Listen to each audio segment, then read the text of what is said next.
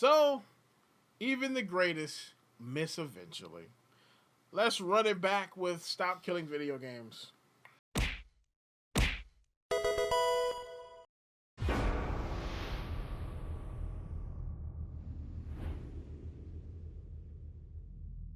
So, what is up, YouTube? My name is Mario, aka the Lootbox Hero. Check out the second channel because the second channel is popping, aka the real Super Mario, aka YouTube's greatest fat man here, bringing you another video.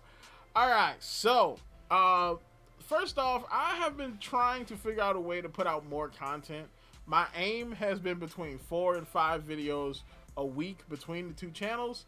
Of course, that requires more off-the-cuff videos, a little bit less scripted, you know what I'm saying? And the first video I do in this new era of development for me is the Stop Killing Video Games video. And soon as I stop, you know what I'm saying, soon as I go for these more off-the-cuff videos, I miss. So, in the Stop Killing Video Games video, I went over the Stop Killing Video Games, essentially movement at this point. Something that started off as essentially a change.org petition for, you know, Scott Ross to continue to play Ubisoft's, I can't believe it's not Need for Speed game, The Crew. And I'm like, okay, it is what it is. I go over it. I do have some disagreements with the movement, with what it's trying to do, but I misunderstand what it's trying to do initially. Essentially, what I thought they wanted to do at first was to have the game companies continue to support the game even though after they're done supporting the game. But what they want is they want publishers to leave the games in a functional state. Specifically, the initiative seeks to prevent the remote disabling of video games by publishers before providing reasonable means to continue functioning of said video game without the involvement from the side of the publisher. So essentially, they want the publishers, or they want the European Union to force publishers to allow them to continue using the service after the service is over. Basically through stuff like, you know, peer-to-peer servers, stuff like that, which in a vacuum is not a bad thing. All right, especially if it's something like a Concord or a Helldivers where you pay up front for the service, because that's what it is. It's a service. They keep saying video game, but it's a games as a service, which is different. You know, you pay up front for the service, and you know there should be some recourse, especially if it dies in like 18 months or whatever. There should be some kind of recourse to either allow you to get your money back or allow you to continue using the service, either in a peer-to-peer manner or what have you. Now, the thing I disagree with is the government overreach.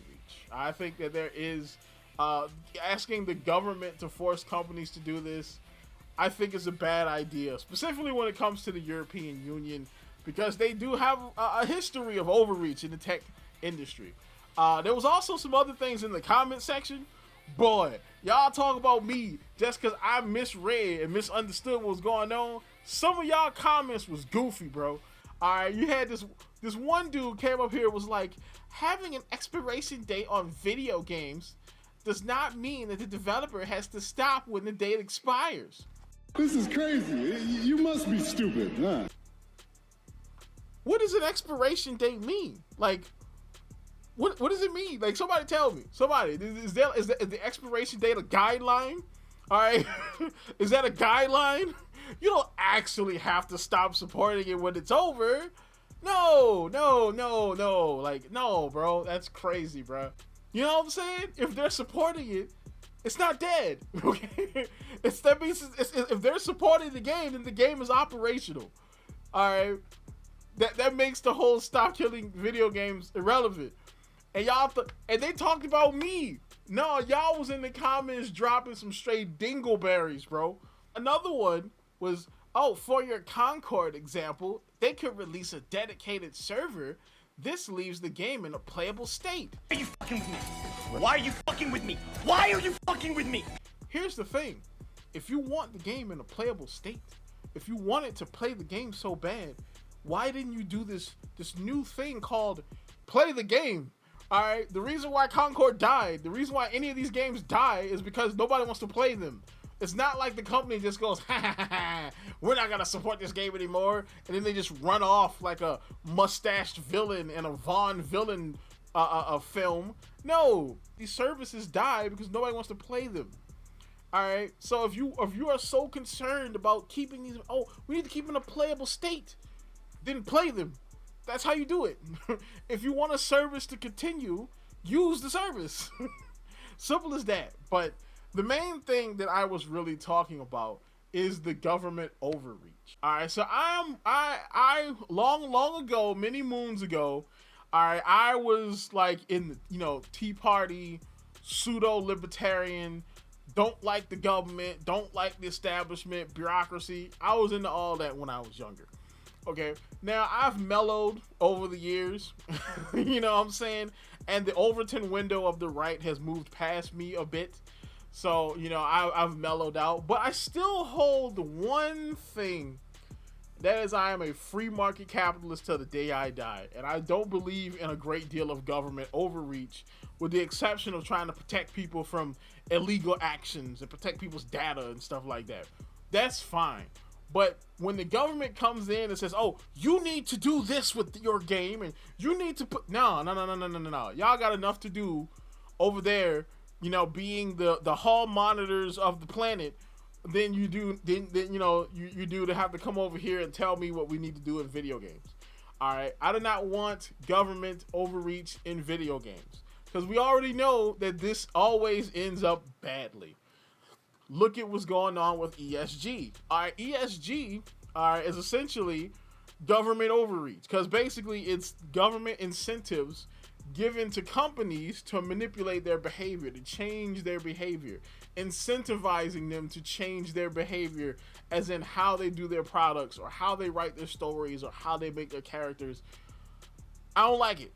I don't like it at all. There's other types of government overreach, specifically when it comes to the EU.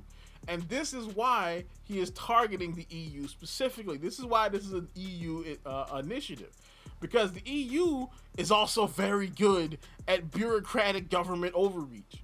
And somebody in the comment sections of that video was like, what do you mean? It's all for the good. It's all good. It's all protecting the customer. Doing a good thing is a good thing. But if the government is forcing you to do the good thing, if the government is forcing you to allow customers to continue using a service after the service is over, it's still overreach. All right, you know what I'm saying? We have a free market. I don't know about over there in the EU, but we have this thing called a free market over here. All right, you know what I'm saying? Where you do a good thing because you choose to do it. Okay, the only reason you don't do wrong things is because the wrong things are illegal. All right, making random stuff like this illegal or punishable by the government that's not ideal. Not to mention, when it comes to EU, they have a ton of daggone government overreach. Look at the Digital Services Act. Platforms must implement systems to combat illegal and harmful content such as hate speech and harassment, including mechanisms for users to report inappropriate content. Which, I mean, yeah, this is a good thing. Stopping, hate speech and horrible content. This is good. Until you realize, like, well, who is determining what is hate speech and why do they think it is that way? All right. Again, that's a whole different can of worms. All right. Because we all know that, a lot of governments tend to be pretty left-leaning. Some, dare I say, might be quote-unquote woke. All right. And so if those people are determining what is hate speech because they've been given that power by the government, you know what I'm saying? You could be having regular banter in your freaking comp games or whatever, and you can say, oh man, my tank plays like he got fetal alcohol syndrome. Next thing you know, you get banished because that's not good. That's considered hate speech or something like that. The Digital Services Act would also encourage the use of advanced AI for monitoring user content, as well as, it would encourage platforms to foster an environment that prevents abusive behavior and promotes diverse opinions. Oh!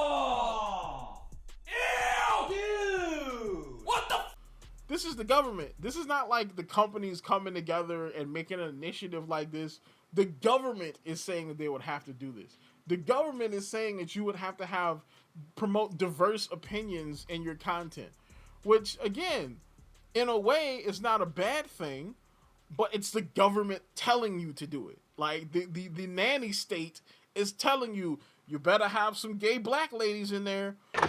Not that there's anything wrong with that. You better have some they thems. You know what I'm saying, you better write a story about this. It's not good. It's government overreach. And you're saying, well, Mario, what does it have to do with Stop Killing Games? Well, Stop Killing Games would essentially do something very similar. It's the government saying, you better make sure those customers can use that service after the service is over. And I'm not down with a government overreach at all. Okay? And some of the people that are championing the Stop Killing Video Games initiative are also people that are against that type of government overreach. But when it comes to this, they're like, no, we don't want the government to do that, but the government can do this though. I'm saying the government needs to mind its own business. All right, and then of course, if you want more government overreach from the EU, you've got the Digital Markets Act. Now, the Digital Markets Act basically is an act that loosens up the tech market so that European companies can more flourish, because there are no European tech companies, or big European tech companies, mainly because they're over-regulated into the ground. All right, so they lose a lot of their market share because the regulation stifles innovation and growth of these companies, which basically leaves the market share to be taken up by foreign companies like Apple, Google, freaking Microsoft, Facebook, ByteDance, all these companies that have all that space in the Europe market. And so the government had to come in and loosen up the market and rein in the power of these companies to allow European companies to grow, instead of just letting them grow by deregulating them a little bit. You know what I'm saying? This is why I don't want the EU, this type of powdered wig bureaucracy in video games. So, at the end of the day, is Stop Killing Video Games stupid? No, it's not exactly stupid. Do I disagree with some of the things they're trying to do in Stop Killing Video Games? Most definitely, all right?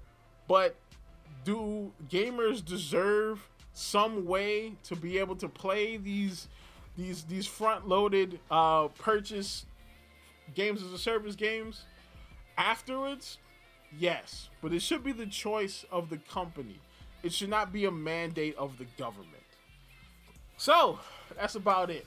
All right, I pulled the Band-Aid off. I've admitted that I am wrong. It happens very rarely. Even the greatest miss some from time to time. So that's about it. Tell me what you think in the comments. I'm sure that you'll probably be in there. There'll probably be Stop Saving Video Game sycophants in the comments saying, you still don't agree with us. Nah, it's not enough. We want blood. Like, it is what it is. So tell me what you think in the comments. Like, comment, subscribe, and as always, people, keep it real.